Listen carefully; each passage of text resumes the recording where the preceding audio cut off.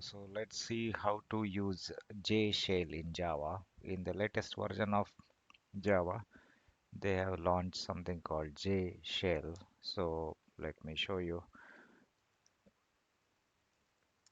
Okay, so this is my command prompt. So in command prompt, let me check which version of Java I have.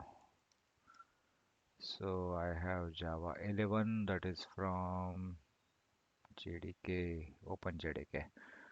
Fine, so here there is a JShell and it launches, right? So this is 4 plus 7. How much? It shows 11. That's nice.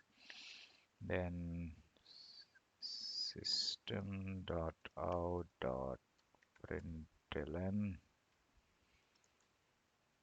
I.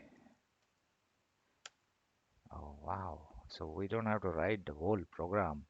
Just in case I want to check something, some lines of code, then I can use this and test.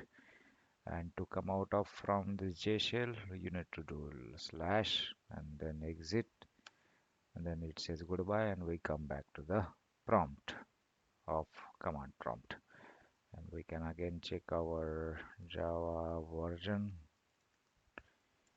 That's it in Java, and it works all fine.